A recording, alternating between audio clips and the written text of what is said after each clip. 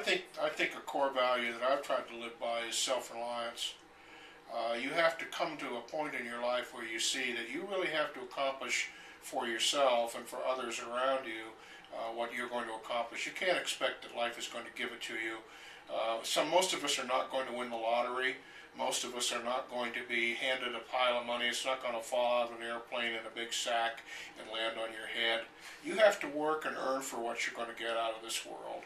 And that means you have to promote yourself both in education and in terms of self-discipline to go after what's important. You have to be willing to put your foot up on that first rung of the ladder to rise. If you're not willing to do that, no one else will put that foot up. I switched colleges midway through my college career, and it was a very wise thing to do. I was attending a large Midwestern university, Michigan State, okay, and I decided to go to a smaller, more liberal arts-oriented, traditional kind of college program at Amherst, for example, at Amherst College. And that was a really important decision because Amherst was a lot more focused, a lot more focused on reading and math and writing and traditional classic education. Michigan State was, at the time, too big and too amorphous, and a better football team for sure. But for me, it was a good choice to make this. I started at Michigan State, and I was doing fine academically, but I just felt it was just too big. There were 30,000 kids on campus. I felt lost. I'd come from a small community in Maine, a rural state, not unlike Idaho, and I just felt, wow, I'm just kind of overwhelmed here.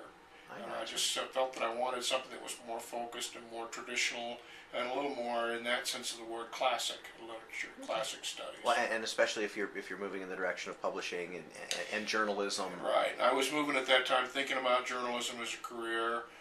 And so that was something I knew that I thought I just wanted a little more focused environment. I think you have to look at all of your, every day of your life presents you with a choice. And the choice is whether you're going to do something that's sort of helps you down the road or something that leads you off and astray. And almost every day presents something like that.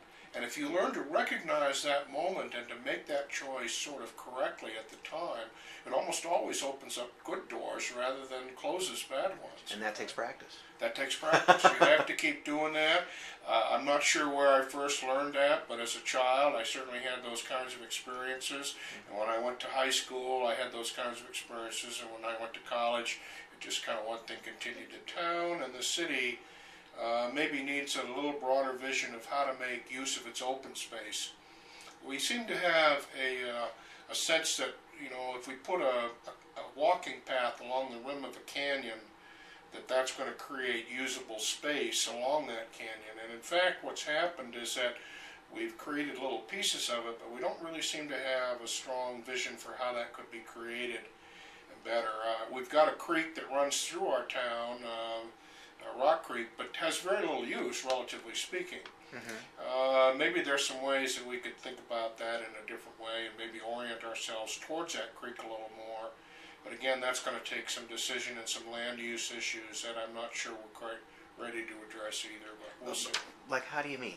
Help me picture what you're picturing. Well, for example, some of the creek bottom is really not used at all. It's basically, it has a few relatively minor uses, and some sections of it doesn't have any use at all, particularly. Just got that walking path down there. Some walking path, and some of it's not even very well developed.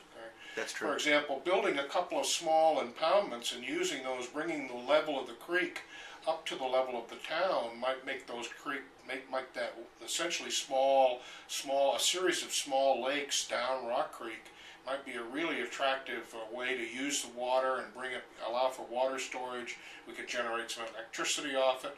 The tailwater would probably be improved in terms of a fishery. I see.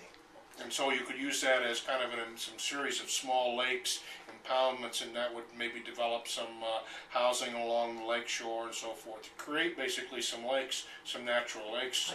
That's a big project. It is big. Twin Falls at 100,000 people, which is essentially twice the size it is today, will have a different way of looking at our resources than Twin Falls is today. Oh, you would think. Yeah, I would think so. culturally, the community would Culturally, have to land change. use, Yeah. economically, manufacturing-wise, growth-wise. This is going to be a wonderful place to do business in the next 20 years. To add that, that if I had to name two characteristics that young people should look for in themselves, is one is the self-discipline to put themselves on good tracks and to keep themselves there. And the other would be to get as much and as varied an education as you can. Those two things together will almost always ensure some success in